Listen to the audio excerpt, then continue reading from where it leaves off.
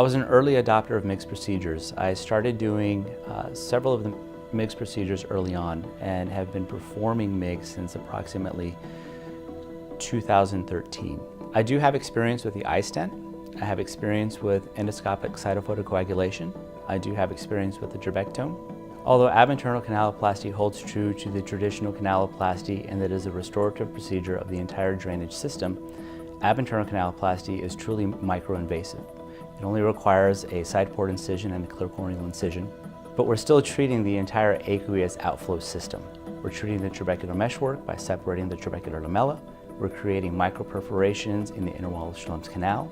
We're viscodilating a collapsed canal that we see in open-angle glaucoma patients. And we're also releasing adhesions that we see from the trabecular meshwork into the collector channels. So we're effectively rejuvenating the entire aqueous drainage system 360 degrees. When we think about ab internal canaloplasty and how it's performed, the procedure is actually treating the entire aqueous drainage system. It's treating all the way from the trabecular meshwork all the way out to the scleral plexus. Other MIGS procedures treat focal areas. When we're implanting a stent, we're bypassing the trabecular meshwork in one area. We're not treating the areas of the aqueous drainage system that have herniations into the collector channels. We're not ablating tissue. We're actually just restoring the natural tissue with minimal destruction. When we compare ab internal canaloplasty to traditional canaloplasty, the big thing that jumps out is they're both similarly effective. When we looked at the 3-year data of traditional canaloplasty, we found that those patients that had full catheterization and stent implant placement did just as well as those patients that were unable to receive the stent implant due to incomplete catheterization. So the big benefit of ab internal canaloplasty is that we're getting the same effect, but our incisions are much smaller. There's much more rapid recovery of vision. In fact, many of the patients that I have the same vision on postoperative day 1 as they did the day before surgery. So there's a lot less manipulation of the eye. We're preserving conjunctiva. If the patient needs further glaucoma surgery, we're essentially still dealing with a very virgin eye. So ab internal canaloplasty gives us everything we need in traditional canaloplasty, but with the same safety profile as all the other MIGS procedures.